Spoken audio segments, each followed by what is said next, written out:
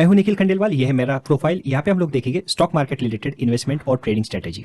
Stock market में profit हो सकता है तो नुकसान भी हो सकता है, इसलिए सोच समझकर इन्वेस्टमेंट करना जरूरी है। अपना रिसर्च या एनालिसिस खुद कीजिए या अपने सेबी रजिस्टर्ड इन्वेस्टमेंट एडवाइजर से करवा के लीजिए।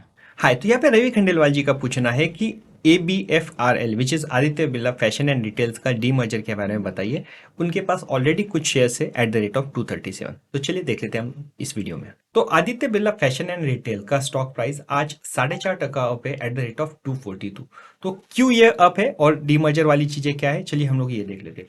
तो यहाँ पे कंपनी ने ऑन 19 अप्रैल टू 2024 मतलब आफ्टर मार्केट आवर्स यहाँ पे कंपनी ने अपना कुछ अनाउंसमेंट दिया और जिस चक्कर में ये स्टॉक प्राइस अप है। क्या अनाउंसमेंट है हम लोग वो देख ले रहे। तो यहाँ पे हम लोग जो सबसे पहले देख लेंगे। अच्छा, पहले जिसको कुछ नहीं पता हम लोग पहले एक सिंपल सा चीज बता देंगे कि यहाँ पे डीमर्जर हो रहा है कंपनी का। Aditya Birla fashion and retail which is ABFRL, ये जो बड़ा कंपनी है इसके दो पार्ट होने वाले। पार्ट 1 के अंदर यहाँ पे एक सेगमेंट आएगा और सेकंड पार्ट आएगा। आपको इसमें कैपिटल इन्फ्यूजन होने वाला नहीं, आपको कुछ देना नहीं है कंपनी से, आपको कुछ मिलेगा नहीं। एक शेयर आप बड़े वाली कंपनी ABFRL में होल्ड करते हो तो कंपनी 1 के अंदर भी आप एक शेयर होल्ड करोगे, कंपनी 2 में भी आप यहाँ पे एक शेयर होल्ड करोगे। और अब हम लोग फैक्चुअल डेटा देख लेंगे और फिर बाद में छोटा मोटा यहाँ पे एनालिसिस कर लेंगे। यहाँ पे जो पार्ट 1 है, अब इसको हम लोग बोलेंगे मधुरा फैशन एंड लाइफस्टाइल का बिजनेस जो है MFL। तो मधुरा फैशन नाम था, उसका चेंज करके कंपनी ने अभी कर लिया आदित्य बिरला लाइफस्टाइल ब्रांड करके। ठीक है, तो ये लाइफस्टाइल ब्रांड का एक सेगमेंट हो गया और सेकंड वाला जो सेगमेंट है बाकी की चीजें। ठीक है, बाकी की चीजें मतलब अब इसमें क्या क्या आने वाली है बाकी की।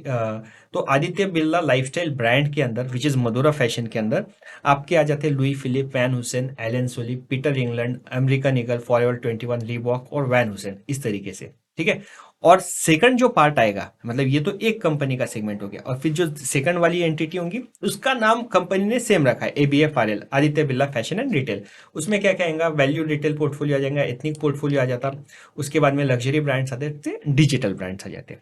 ठीक है, अब कंपनी ने यहाँ पे जो स्टॉक प्राइस ऊपर क्यों आया हम लोग वो देख लेंगे। कंपनी ने क्या बोला कि हमारा जो बड़ा कंपनी है, ठीक है, कंसोलिडेटेड एंटिटी ABFRL, तो उसका ओवरऑल बोरोइंग जो है 3,000 करोड़ के पास में है बाय 31 मार्च 2024।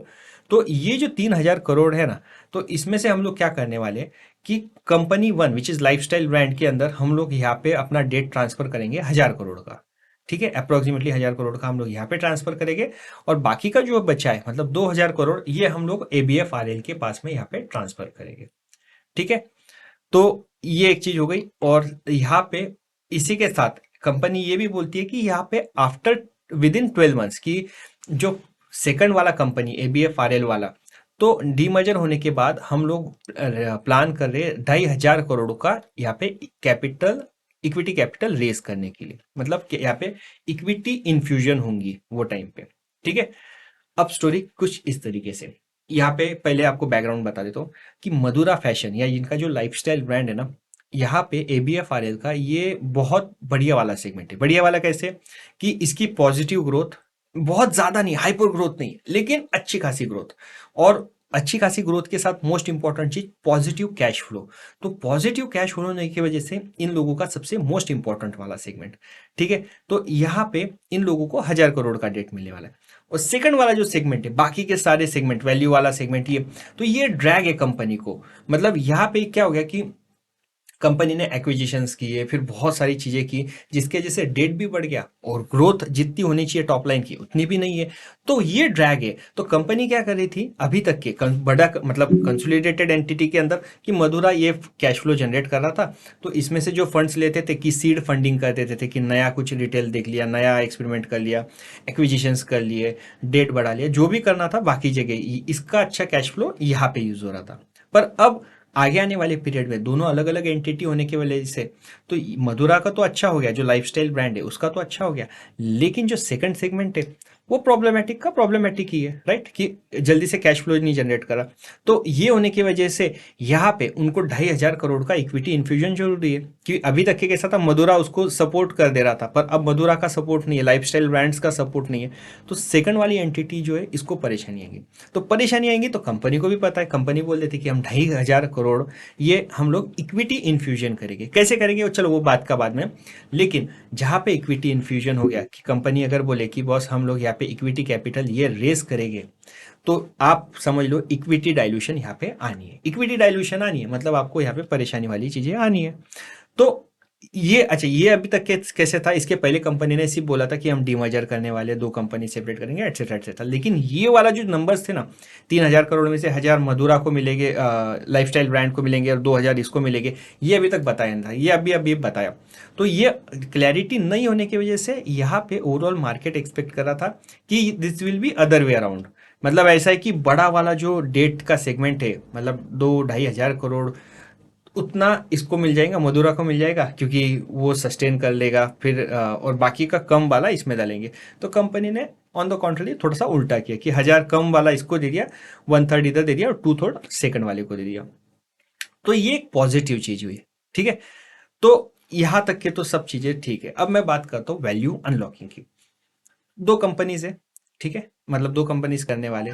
तो ये देखिए, ये कॉम्प्लेक्स बिजनेस नहीं है, रिटेल बिजनेस है। इसके अंदर ऐसा ये नहीं है कि कंपनी जो भी डिसीजंस लेनी है, ये तो अगर कंसोलिडेटेड में भी ढंग से ले लेती तो आपको यहाँ पे मतलब ऑपरेशनल ग्रोथ वैसे भी दिखते थे। मैं एकदम सिंपल तरीके में अगर आपको बताऊं तो यहाँ पे स्टॉक प्राइस देख लीजिए। अगर मैक्स अगर स्टॉक प्राइस है, ये स्टॉक प्राइस कहीं नहीं गया।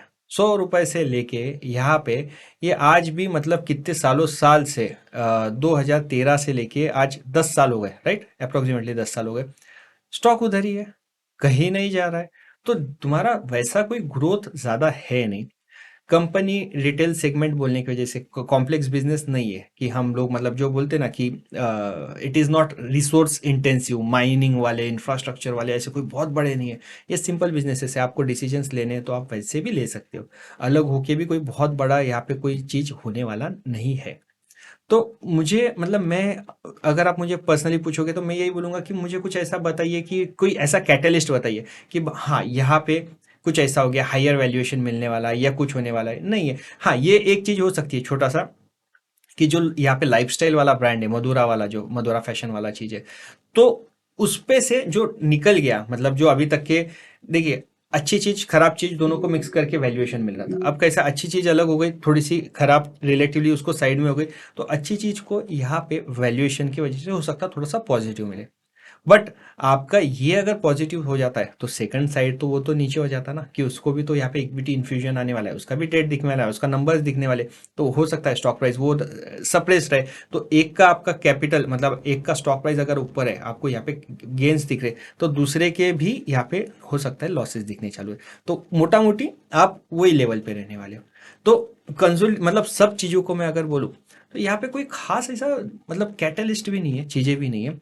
और मैं आपको ये भी बोलता हूँ, मतलब यहाँ पे हम लोग क्या कर रहे हैं, हम स्पेशल सिचुएशन देख रहे हैं, ठीक है, डीमर्जर, स्प्लिट, रीऑर्गेनाइजेशन, रिस्ट्रक्चरिंग जो भी होती है, ये सारी चीजें ना ये स्पेशल सिचुएशन में आती है।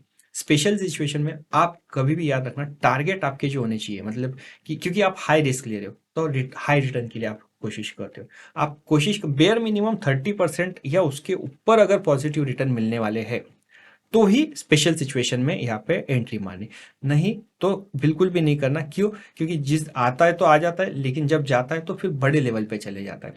तो यहाँ पे मुझे ज़्यादा कुछ दिख नहीं रहा, हो सकता 5-10%, 15% स्टॉक ऊपर चले जाए, लेकिन एक तो रीजनिंग्स हमारे पास लैक ऑफ रीजनिंग्स है कि एग्जैक्ट डायरेक्शन नहीं है उसकी वजह से, और सेकंड, थोड़ा बहुत रिटर्न के लिए ऐसे स्टॉक में जाना और रिस्क, उतनी बड़ी रिस्क ले लेना, वो सेंसिबल नहीं है।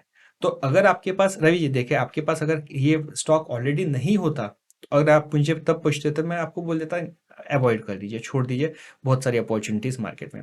पर अभी आपके पास ऑलरेडी है, थोड़ा बहुत पॉजिटिव है, तो मैं ये भी बोलूंगा आपको इसके साथ कि भाई कुछ पोजीशन साइज बुक कर लीजिए और एकदम कंफर्टेबल छोटा सा स्टॉप लॉस लगा के चलीजिए।